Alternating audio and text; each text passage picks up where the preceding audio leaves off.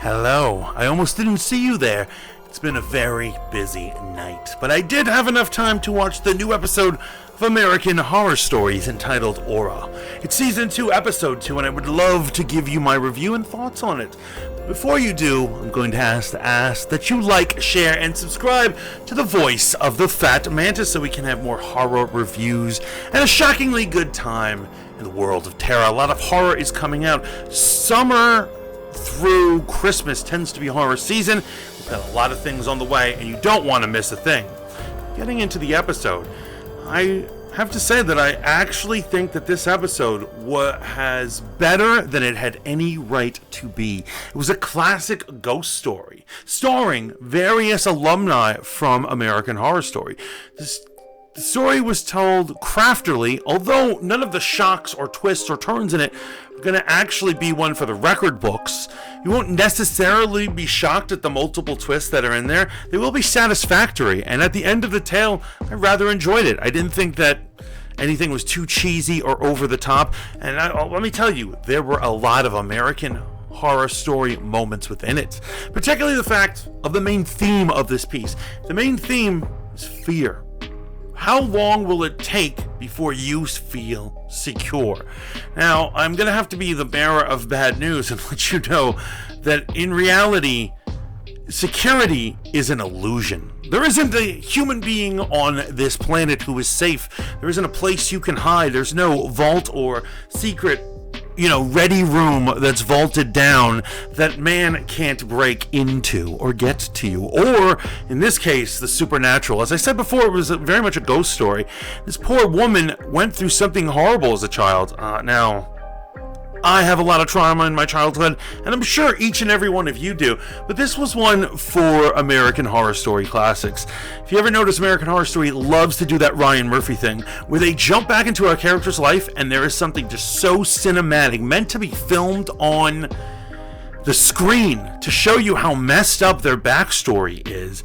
The perfect example would be Emma Roberts' character in American Horror Story 1984. Do you remember when she simply told the story about how her marriage didn't work out? I mean, in that case, her marriage really didn't work out. It was awesome to see the image of the wedding day. If you haven't seen it, please check that out. But it's one of those scenarios. They're able to get the story done in the 50 minutes that they had, and I rather enjoyed it. It also plays off something that I think we can all know, that touches on every one of us. And one of it is cell phone obsession. The other one is this new need to record everything. Now, I'm a content creator. I bet a lot of you are content creators in one way or another. Whether you're doing a TikTok, or you're getting on Instagram Lives, or you're doing stories or reels or whatever it is, you don't always have to be some movie reviewer to be a content creator. You know what it's like to want to record everything in your life. And at this point, we're recording everything in our lives, even the sad, horrible moments. And this is a situation where she's recording around her house in the name of security, but what should pop up but horrible things like ghosts that remind her of her horrible past. It's really done excellently, and to be honest, this might be the best episode of American Horror Stories to date. I dare say that. Like I said, there were two very good ones last season. That's At the Drive-In and Feral, which were very good. But I think this one might take the cake, and I have a feeling that this is indicative of what this season is going to be. Ryan Murphy is a man who takes things to heart, and I think he took it to real heart when people did not like the first season of American Horror Stories, and I think he tweaked it adequately. I think he knew exactly what to give the people, and he certainly is giving it, and I, for one, cannot wait for the next episode. Now, this is the part where I get into the spoileriness of it all, so if you don't want spoilers, just mosey on out, or maybe just turn the sound down, because we'd love it if you stayed here so you can like, share, and subscribe some more. But okay, the concept is she's in the gated community with her husband. She runs an Etsy store, and she's ready to get to work, and she gets convinced in the store by someone just shopping that she needs to get an aura. What is an aura? An aura, it's not one of those glowy things that are around you in an MMO that makes your character look like an angelic form. No, I'm talking about an aura is one of those rings. If you know the Ring cameras that you put on your doorbell, in this case, you put it right up in the middle and it records who's at your door. You can talk to them through your cell phones. And now, not only are you secure, but you never have to deal with any delivery men or any annoying humans ever again. You know, it's like a Ring camera. You know, those things that make it very easy to prank people, which actually comes up in the story. I mean, it's, you know, dress up like a ghoul and jump on that camera, you're gonna be freaking people out forever. You could go to a rando's house, see they have a Ring camera, just act a fool.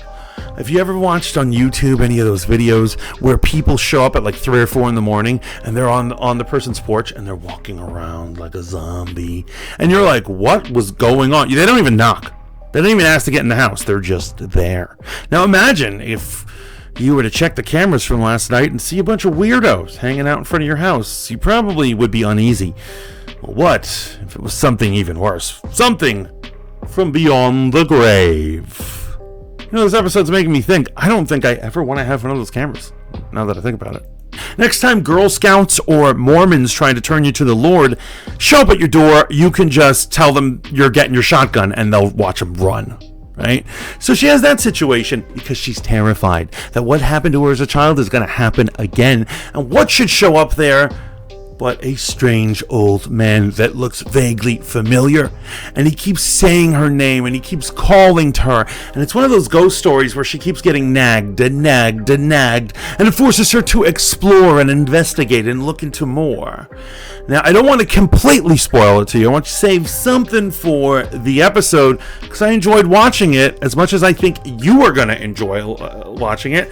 But the real question is, if you have seen it, what did you think about it? Is this the best American Horror Stories episode yet?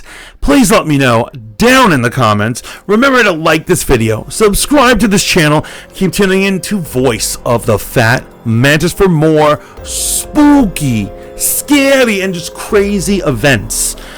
My favorite genre, honestly, is to get into horror. When horror is good, there is no feeling like it. It is a genre that's very often misunderstood, misinformed, and ill-executed on too many occasions. I watch every cheesy horror movie. It is executed poorly 99% of the time. But I'm telling you, this episode, I am down for it.